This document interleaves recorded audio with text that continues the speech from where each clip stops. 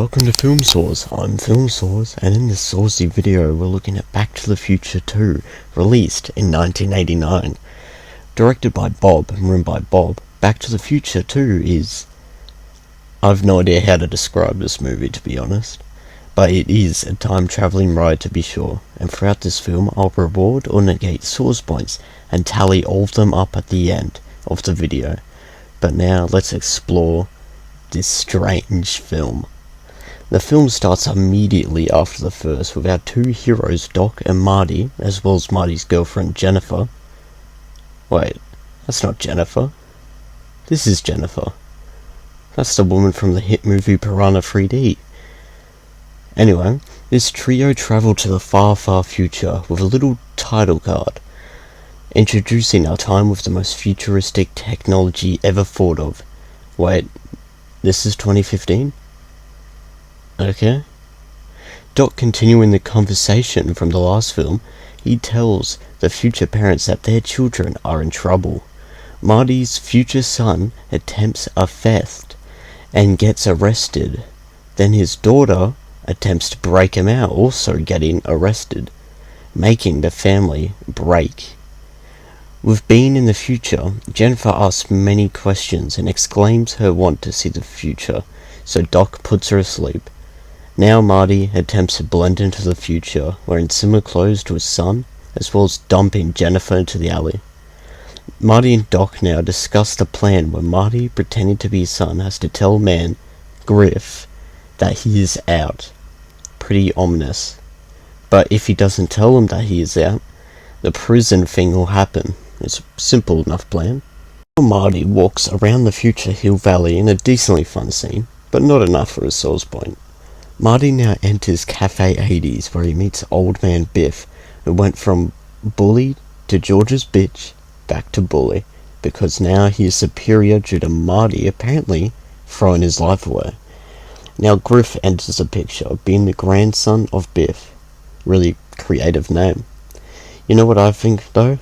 The Biff actor, Thomas Wilson, really helps carry this film, and does well. +2 source points. Anyway, now, Marty's son enters the picture, entering the diner with him being a bigger pussy than his grams, getting beaten over the diner counter, which is when Marty takes his place. And now we find out one of Marty's weaknesses, getting cold chicken, which Griff ended up calling him, which creates a chase almost completely identical to the first film, but with hoverboards, water, and instead of manure, the villains get arrested, saving the family's future. This scene was pretty lazy, with the same scene being done in the last film, but better. -1 source point. But hey, I'm sure they won't pull this stunt in the third one.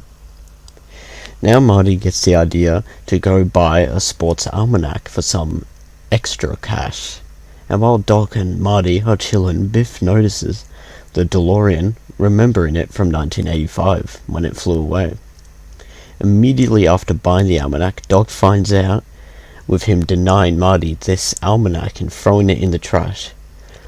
In the meantime, Jennifer was found by the police in the alleyway, who decide to take her home.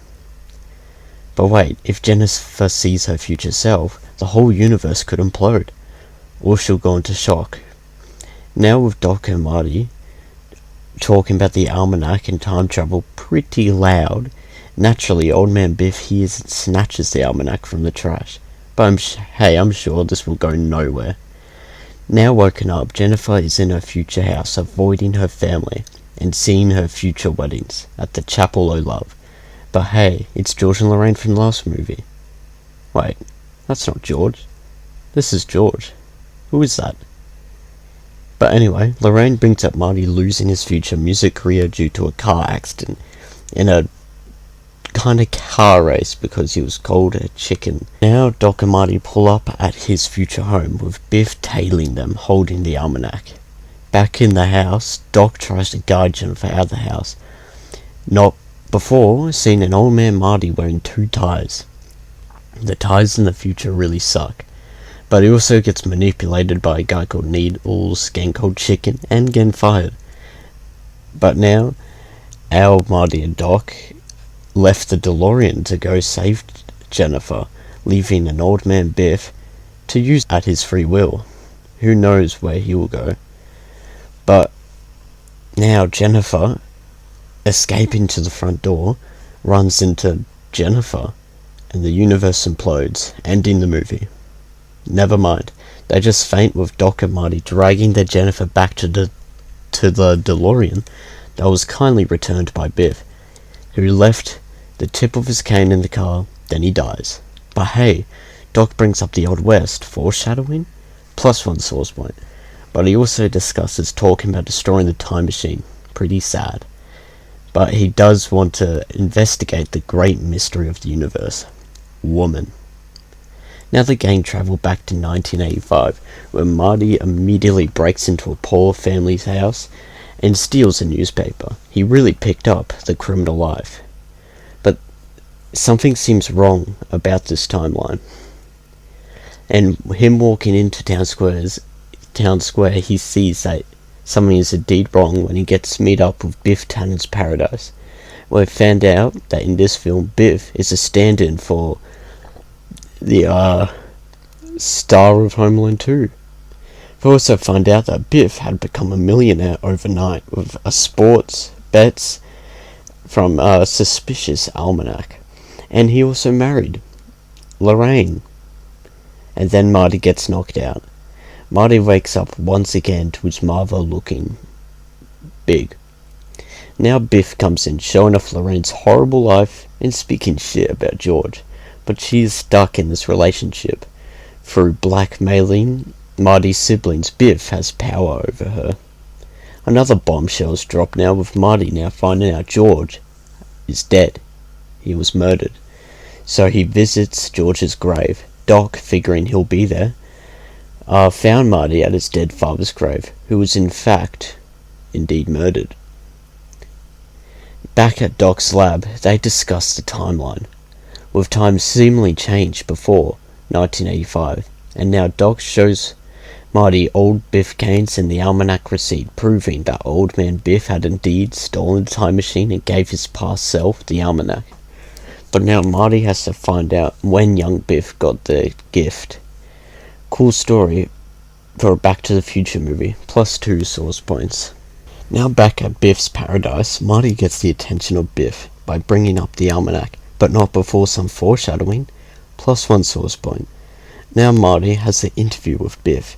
He asks Biff how, where, and when he got his grimy hands on the almanac. Funnily enough, Biff got the almanac on the November 12th, 1955, the day Marty went back to the present. In future. Biff also discusses how some crazy old man gave him the almanac, promising keep the book a secret. And one day a crazy wild-eyed scientist or a kid might show up asking about it, and he must deal with them. With Marty being the kid, Biff pulls the gun on him. With Biff and his goons chase him around the tower, Marty dodging the goons and goes up to the roof, but he is cornered by Biff, telling him that he had murdered George McFly, and he will do the same to Marty unless he jumps, making it nice and neat. So Marty jumps, and the film ends. Never mind. Doc catches him and knocking Biff out. Now ready to travel back to 1955. What a coincidence. But for some little reason the time circuits seem to be glitching. Foreshadowing that's actually related to the film and not the third one? +1 source point.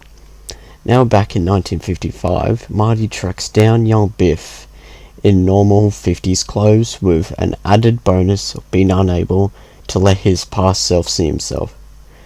Marty follows Biff to his car, hiding in the back while old man Biff and 50s Biff talk to each other about the almanac, explaining exactly what 1985 told Marty. Tree and get out of here. It's leave, you idiot. Make like a tree and leave. You sound like a damn fool when you say it wrong. Haha, Biff teaches Biff the joke. +1 source point. With the Biff duo leaving, Marty is now locked in Biff's garage till night when he hitches a ride with Biff to the dance. In the meantime, Doc talks to Doc. Back at the dance, Marty continues stalking Biff inside and out the dance, but Mr. Strickland gets the almanac, first taking the magazine to his office, so now Marty has to stalk the elderly man to his office, sneaking around until he finally gets his greasy hands on the not almanac. Biff had swapped the covers, but with him still in possession of the almanac magazine. But lucky timing, because George had just beaten Biff. With Biff knocked out, Marty now runs over to steal his almanac. Marty, though, is unable to exit the dance, with Biff's goons planning to beat past Marty once he gets off stage, which could create a paradox, destroying the universe. Marty now climbs above the stage, dropping sandbags on the bullies, and slightly confusing past Marty. But hey, everything worked. Never mind. Biff has the almanac again and is leaving the dance. But Marty still has a few cards to play, with Marty dropping out the DeLorean on the hoverboard, creeping up to Biff's car, sneaking around the car. Marty attempts to grab the almanac, but Biff notices him. So now he tries to shake him off in various ways, but in one final act, Marty flips over the car, getting the almanac. But Biff is driving down the tunnel, attempting to run over Marty, but alas, Marty is saved by the dock and some rope, and the DeLorean, stunning Biff, which causing him to crash into manure. Now they fly back to Lion States, where Doc drops off Marty, but is unable to park due to the storm or something. But I'm sure that doesn't matter. Now Marty burns the almanac, ending this nightmare. Oh shit, Doc is dead, gone, evaporated. But now, as rain falls and all seems lost, with Doc gone and Marty stuck in 1955, a shadowy figure appears who's got a letter. This letter is from the Doc in the year 1885. This is a fun and memorable scene, plus one source point. But now the film cuts to the first film's clock tower finale, where Doc is dancing around, but now Marty is here to ruin the fun, telling Doc he came back from the future, needing help, putting Doc in shock. Great Scott! And that was Back to the Future 2, a relatively good sequel, but did it do as well as the original in the source points? Back to the Future gained a total of 7 points, but there seemed to be some crusty mayonnaise, as 1 point was negated, making the film overall have 6 source points, a whole 4 less than the first film. Except that was FilmSauce Back to the Future 2. If you enjoyed this video, like and consider subscribing. I already have 2 other videos up on my channel, being Home Alone and the first Back to the Future. Also consider using notifications for when my next video, Back to the Future 3, releases, capping off this trilogy. But hey, this has been FilmSauce, and I hope I see you again.